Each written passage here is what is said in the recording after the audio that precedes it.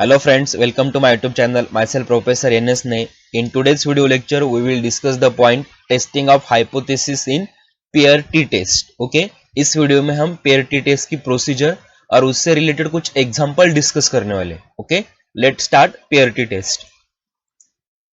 Statement of the pair test is to test of significance of difference of mean of two dependent variable of sample. Okay, हमें pair T test में क्या करना है, हमें दो sample दे जाएंगे. Okay, दो सैंपल हमें पेयर में दे जाएंगे. ओके, और हमें क्वेश्चन पूछा जाएगा कि दो सैंपल का पॉपुलेशन मीन सेम है या डिफरेंट है, वो हमें पेयर टी टेस्ट अप्लाई करके चेक करना है.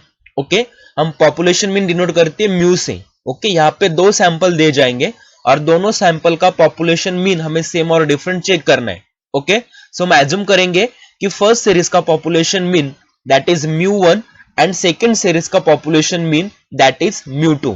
हमें चेक करना है mu one is equal to mu two है या नहीं है. अगर दोनों सेम रहेंगे तो mu one is equal to mu two, और अगर दोनों डिफरेंट रहेंगे तो mu one is not equal to म्यू2. Okay, उसी हिसाब से हमें null hypothesis and alternative hypothesis का फॉर्मेशन करना है. ओके, उसका प्रोसीजर देखते हैं हम. First step, formulation of null hypothesis. Okay, हम नल हाइपोथेसिस में एज्यूम करते हैं विच इज ट्रू. ओके, जो भी हमें स्टेटमेंट दिया जाएगा उसे हम एज्यूम करेंगे कि वो स्टेटमेंट हमारा ट्रू है. ओके, अगर हमें दोनों सैंपल का पॉपुलेशन मीन चेक करना है तो हम एज्यूम करेंगे कि दोनों सैंपल का पॉपुलेशन मीन सेम है. अगर सेम रहेगा तो mu one is equal to mu two रहेगा. उसी हिसाब से हम फॉर्मुलेशन करेंगे नल हाइपोथेसिस का, that is mu one is equal to mu two and the null hypothesis is denoted as H0. Second step, formulation of alternative hypothesis. Okay, null hypothesis, alternative hypothesis is complementary to null hypothesis. मतलब alternative hypothesis null hypothesis के opposite रहता है. अगर null hypothesis mu one is equal to mu two है तो हम alternative hypothesis assume करेंगे that is mu1 is not equal to mu2 and the alternative hypothesis is denoted as H1 or H0. Step number third, level of significance may be 0.1%, 1% और 5%. Okay, तीनों में से हम एक level of significance example solve करते time पे use करना है. अगर एग्जांपल में मेंशन नहीं रहेगा तो हम 5% लेवल ऑफ सिग्निफिकेंस यूज करेंगे. Next, step number 4, that is test of statistic, that means formula. Okay, pair T test का फॉर्मूला है D bar divide by S divide by square root of N, where D bar is equal to summation D divide by N and the S is equal to square root of summation D square minus summation D bracket square divide by n whole divide by n minus 1 and the value of n is equal to given sample size. Okay, तो what is the value of d. Okay, हमें दो sample दे जाएंगे तो दो sample के बीच का difference, वो जो वैल्यू आएगी वो वैल्यू रहेगी हमारी डी की, और उसका स्क्वायर करेंगे तो हमें वैल्यू मिल जाएगी डी स्क्वायर. ओके, आगे एग्जांपल सॉल्व करते टाइम पे आपको बताऊंगा कि डी की वैल्यू कैसे फाइंड आउट करना है. Okay okay, this is the formula of pair T test. Next, step number 5, we determine table value और critical value by using n-1 degree of freedom and the given level of significance. Okay, हमें table value find out करना है, given level of significance and degree of freedom. Degree of freedom कैसे find out करते हैं, n-1 formula use करके. अगर 10 observation दे जाएंगे तो 10-1 that is 9 degree of freedom होगी वहां पे. ओके, उस हिसाब से हमें पेयर टी टेस्ट का टेबल वैल्यू फाइंड आउट करना है. ओके, नेक्स्ट स्टेप रहेगी डिसीजन अबाउट एक्सेप्ट और reject null hypothesis.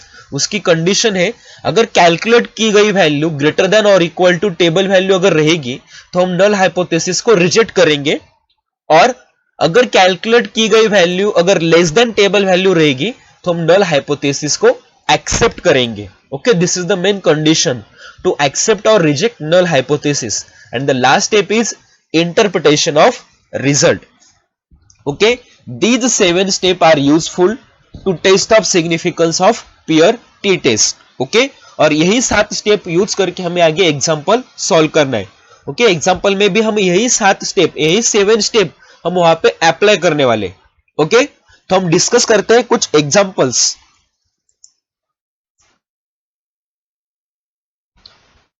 First examples are given in a field experiment in which two varieties of wheat are grown in 7 years.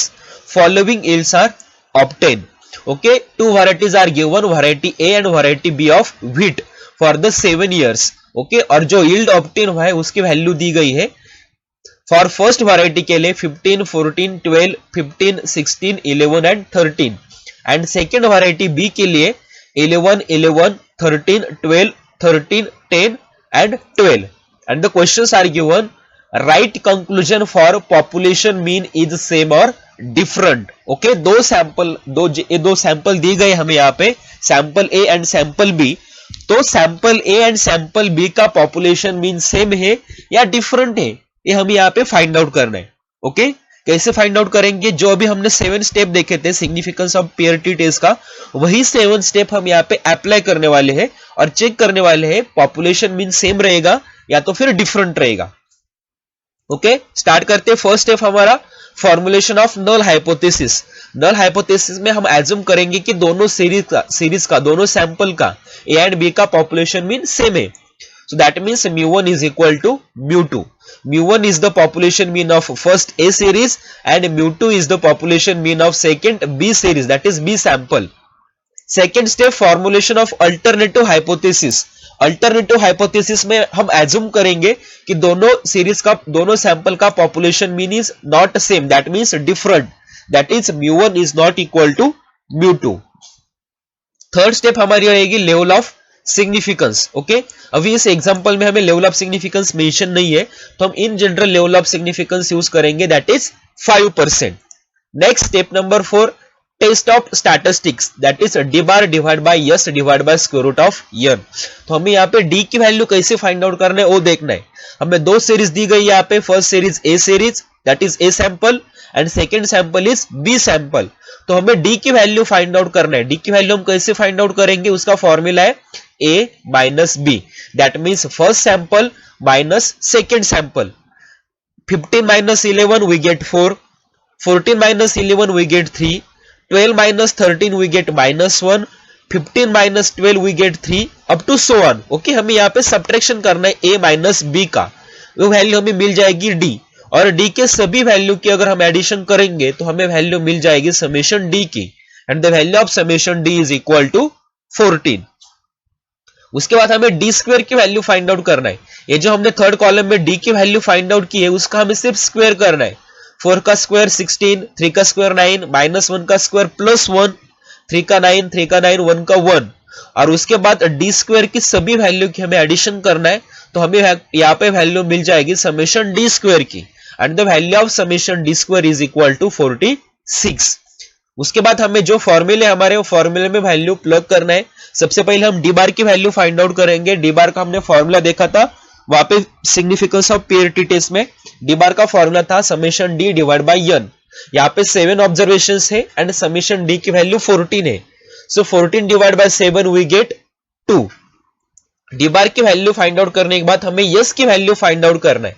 Yes की value कैसे find out करेंगे? S का formula यहाँ पे use करेंगे, s is equal to square root of summation D square minus summation D bracket square divide by n whole divide by n minus 1। Okay, जो value हमने वहां पे फाइंड आउट की थी वो सारे की सारी वैल्यू हम यहाँ पे यूज करेंगे, पुट करेंगे। समेशन डी स्क्वायर का वैल्यू 46 था, समेशन डी का वैल्यू 14 था, 14 का स्क्वायर करना है उसे एन से, दैट इज 7 से डिवाइड करना है, तो हमें 28 आंसर मिल जाएगा। Whole divide by n minus 1, n की वैल्यू 7 है, 7 माइनस 1 दैट इज 6, और उसको सॉल्व करने के बाद हमें यस की वैल्यू यहाँ पे मिल जाएगी 1.73। ओके, यस की वैल्यू फाइंड आउट करने के बाद हमें T calculate value find out करना है। वो टी कैलकुलेट वैल्यू हम कैसे फाइंड आउट करेंगे? उसका फॉर्मूला है D bar upon s divide by square root of n. So d bar की वैल्यू हमें यहाँ पे मिल गई है 2, यस की वैल्यू मिल गई 1.73 एंड एन की वैल्यू है 7। उसको अगर हम सिंप्लीफाई करेंगे तो हमें आंसर मिल जाएगा 3.062। ओके, यहाँ पे हमें कैलकुलेट की गई वैल्यू मिल गई है 3.062। ओके, कैलकुलेट करने के वैल्यू के बाद हमें टेबल वैल्यू फाइंड आउट करना है। So table value is equal to 2.447 at 5% level of significance and 6 degree of freedom. 5% level of significance हमने यूज किया था एंड यहाँ पे 7 ऑब्जर्वेशन है, इसकी वजह से यहाँ पे डिग्री ऑफ फ्रीडम हमारी क्या होगी 7 माइनस 1 दैट मीन 6। ओके, यहाँ पे 6 डिग्री ऑफ फ्रीडम यहाँ पे हमने यूज किया है और हमें टेबल वैल्यू यहाँ पे मिल गई है 2.447। ओके, टेबल वैल्यू हमने फाइंड आउट की है, कैलकुलेट वैल्यू हमने फाइंड आउट किए।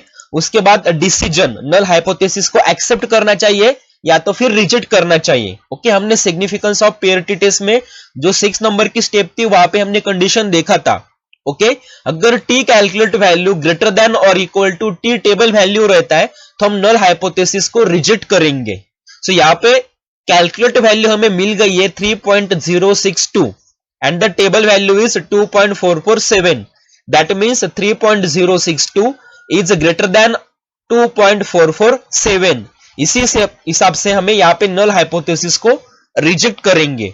ओके, अगर नल हाइपोथेसिस को रिजेक्ट करेंगे that means alternative hypothesis will be accepted. और अल्टरनेटिव हाइपोथेसिस में हमने एज्यूम किया था μ1 is not equal to μ2. That means population mean of two samples are not same. That means different. ये होगा हमारा रिजल्ट। ओके, इसी हिसाब से हमें एग्जाम्पल सॉल्व करना है। एक और एग्जाम्पल हम यहाँ पे डिस्कस करने वाले हैं। Second example, apply pair t test for sample of two varieties and write the conclusion for population mean are same or different. Use 5% level of significance and table value is equal to 2.776 at 4 degree of freedom. Okay, यहाँ पे हमें pair T test apply करना है, 2 sample दिए गए varieties के, और हमें कंक्लूजन यहाँ पे राइट करना है पॉपुलेशन मीन सेम रहेगा या फिर डिफरेंट रहेगा। यहाँ पे हमें 5% लेवल ऑफ सिग्निफिकेंस यूज करने को कहा है एंड यहाँ पे टेबल वैल्यू दी गई है, वो वैल्यू है 2.776 एट 4 डिग्री ऑफ फ्रीडम। और जो सैंपल है वो सैंपल दी गई यहाँ पे 2 वैरायटीज है, A varieties and B varieties.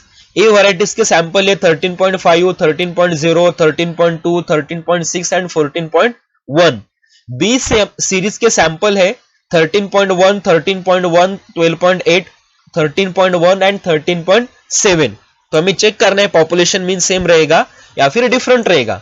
Same step हम यहाँ पे प्रोसीजर फॉलो करेंगे। First step formulation of null hypothesis, दोनों सीरीज का पॉपुलेशन मीन हम सेम यहाँ पे अज्यूम करेंगे, that means μ1 is equal to μ2।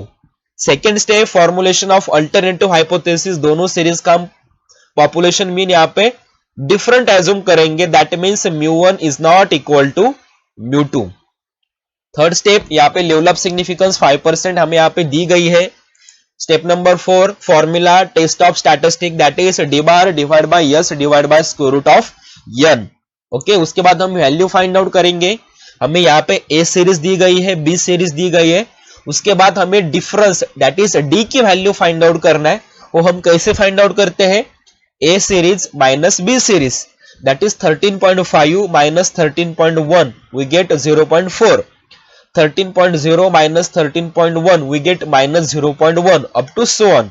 इस हिसाब से हमें डी की वैल्यू फाइंड आउट करना है और उसके बाद डी के सभी वैल्यू के हमें एडिशन करना है, तो we get answer summation d is equal to 1.6।